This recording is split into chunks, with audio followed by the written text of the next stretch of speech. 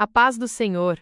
Seja bem-vindos ao Seminário Teológico Bereano, CETEB, um órgão oficial da Assembleia de Deus em Cidade Nova, ADCIM. Hoje iniciaremos mais uma etapa do nosso aprendizado. Trata-se da disciplina da teologia sistemática conhecida como teontologia. O conhecimento de Deus. A teologia sistemática é a disciplina que busca ordenar e apresentar de forma coerente as verdades bíblicas sobre Deus e seu relacionamento com o universo. Dentro dela, a teologia propriamente dita, ou teontologia, é o estudo de Deus Pai, seus atributos, seus nomes e sua natureza trinitária. Como afirma Wayne Grudem, a compreensão de Deus é fundamental, pois ele é a fonte, o fim e o objeto de toda a realidade e de toda a fé. A perspectiva pentecostal enfatiza a natureza pessoal e relacional de Deus, que subsiste eternamente nas pessoas da Santíssima Trindade, e que interage ativamente com o mundo por meio do Espírito Santo. A possibilidade do conhecimento de Deus. Deus, em sua essência, é infinito e incompreensível para a mente finita humana. Contudo, a Bíblia ensina que ele se revelou de maneira que pudéssemos conhecê-lo verdadeiramente, embora nunca exaustivamente. Deus é incompreensível, mas cognoscível. O ser humano não pode conhecer Deus totalmente, mas pode conhecê-lo de modo verdadeiro através da revelação especial, Escrituras, e da revelação geral, criação e consciência. Conhecimento pessoal. O objetivo final da revelação não é apenas o conhecimento intelectual, mas um relacionamento pessoal. Menzies e Horton destacam que a doutrina de Deus não deve ser apenas uma teoria fria, mas uma base para a experiência espiritual viva. Os atributos de Deus. Os atributos são as qualidades que pertencem à essência de Deus e descrevem quem Ele é.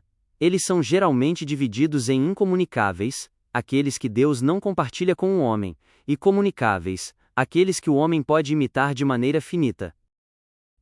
Atributos incomunicáveis. Estes atributos destacam a transcendência e a singularidade de Deus, mostrando que ele é radicalmente diferente de sua criação. Independência, aceidade. Deus não depende de nada nem de ninguém para sua existência, seu conhecimento ou sua vontade. Ele é a causa de tudo, mas não tem causa. Conforme Grudem, a independência de Deus significa que Deus não precisa de nós ou de qualquer outra coisa para nada. Tudo o que ele criou, ele o fez por seu próprio prazer, e não por necessidade. Ele não precisa de nós para nada, mas escolheu entrar em um relacionamento conosco, o que valoriza imensamente a graça divina. Imutabilidade, inalterabilidade.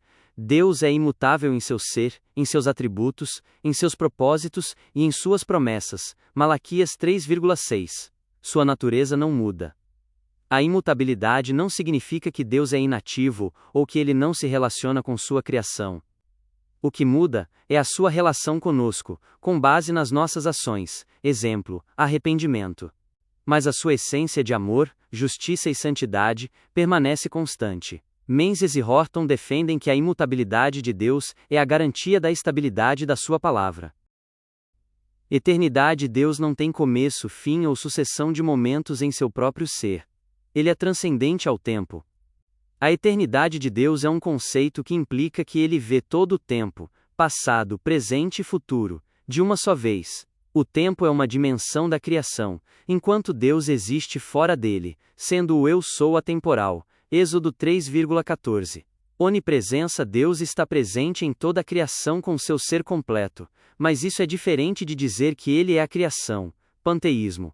O pentecostalismo, ao enfatizar a experiência com o Espírito Santo, reconhece a presença ativa de Deus que não se limita a um local ou templo. Todavia, a Bíblia ensina que Deus pode manifestar-se de formas especiais em locais específicos, como no templo ou em reuniões de adoração. Atributos comunicáveis.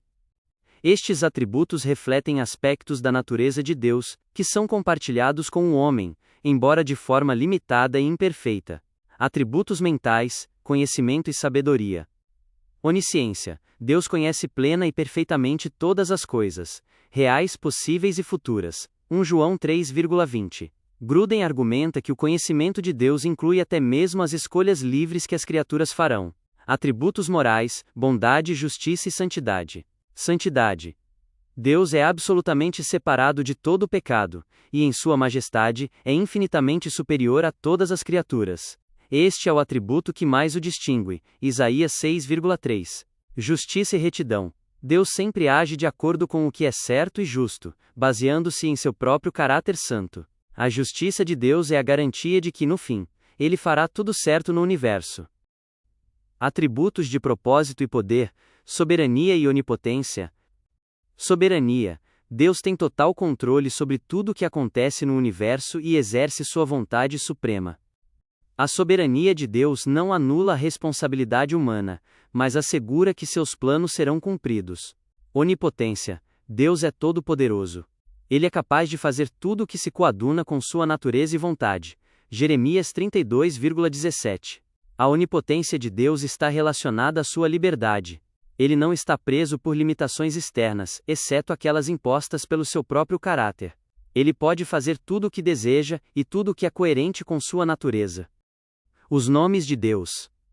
Os nomes de Deus revelados na Bíblia não são meros títulos, mas revelações de seu caráter e de seu relacionamento com a humanidade.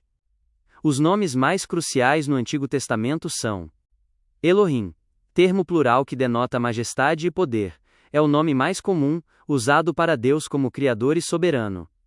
Yahvé, YHWH, tetragrama, o nome pessoal de Deus, revelado a Moisés. Indica a sua autoexistência, eu sou o que sou. E fidelidade à aliança. Adonai, significa Senhor, ou Mestre, expressando soberania e autoridade. Os nomes compostos revelam atributos específicos manifestados em momentos de necessidade, reforçando a crença pentecostal na intervenção divina. El Shaddai significa Deus Todo-Poderoso, Yahvé Jiré significa Deus proverá. Yahvé Rafá significa Deus que sara e Yahvé Nissi significa Deus é minha bandeira. Yahvé Shalom significa Deus é minha paz. A doutrina da Trindade é o conceito mais desafiador da teologia cristã. Ela afirma que Deus é um em essência, natureza, mas subsiste eternamente em três pessoas distintas: Pai, Filho e Espírito Santo. Unidade e Trindade. O cristianismo é estritamente monoteísta.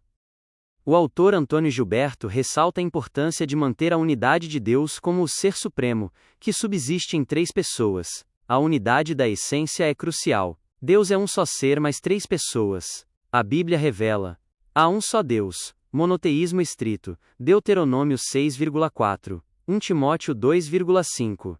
O Pai, o Filho e o Espírito Santo são plenamente Deus, deidade de Cristo e do Espírito Santo. O Pai, o Filho e o Espírito Santo são pessoas distintas, deidade das três pessoas. O ensino bíblico sustenta a plena deidade das três pessoas, diferenciando o trinitarianismo do sabelianismo, modalismo, que vê o Pai, o Filho e o Espírito Santo como meras manifestações de uma única pessoa, em diferentes momentos da história, uma visão rejeitada pela ortodoxia. O Pai é Deus, reconhecido universalmente. O Filho Jesus Cristo é Deus. Possui atributos divinos, eternidade, onipotência, onisciência, e é adorado como Deus. João 1,1, Tito 2,13. O Espírito Santo é Deus, possui atributos divinos, onisciência 1 Coríntios 2,10, e age como uma pessoa, ensina, guia, intercede. Romanos 8,26 a 27, não como uma mera força impessoal. Relações internas da Trindade. As pessoas da Trindade são eternas e iguais em poder e glória, mas possuem funções distintas, chamadas de subordinação funcional: Pai, fonte, originador, criador, e aquele que planeja; Filho, agente da criação e da redenção, aquele que executa a vontade do Pai; Espírito Santo, aquele que aplica a obra de Deus no mundo, regenera e capacita. A unidade e a distinção são evidenciadas em eventos como o batismo de Jesus, onde as três pessoas se manifestam simultaneamente. Mateus 3,16 a 17. Atribuição de gênero. Ao longo da história da Igreja, o gênero gramatical masculino tem sido usado para referir-se a Deus, Pai, Filho, Ele.